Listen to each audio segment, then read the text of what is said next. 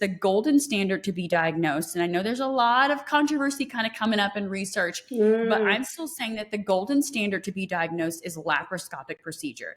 Now, yes, there are blood tests and inflammatory markers and ultrasounds and MRIs, and I think all of those things can be helpful combined with talking to someone that knows about all the symptoms and making the connection. But the golden standard, if you want to be surgically diagnosed, I should say, that is laparoscopic procedure where they make the incisions, they physically go in and see.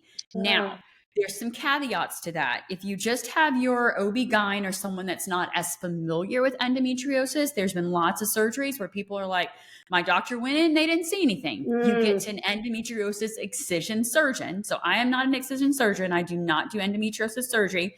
But when you get to the excision surgeon and they're like, oh, I went in there and they're like, there was endo everywhere. That's because they eat, sleep, and breathe endo. They know endo like the back of their hand. It is their passion.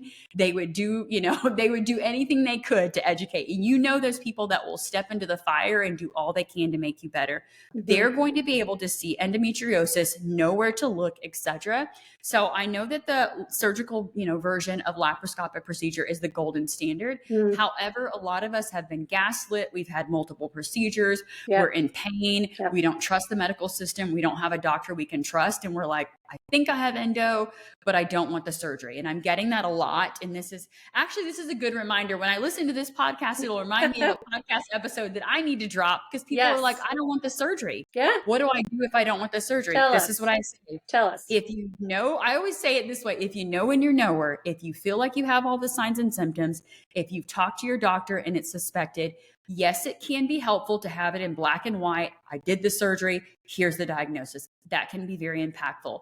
However, do not feel like you can't turn your health around and start doing the things you need to do without that diagnosis. Don't feel like I can't do anything till I get that official black and white, because some of you have been through so many different surgeries. I'm going on a soapbox here, but it's important, right? You've got the adhesions and the scar tissue. You've been gaslit. You've been lied to. You've been used and abused and everything else. And you're like, I don't want not one more procedure.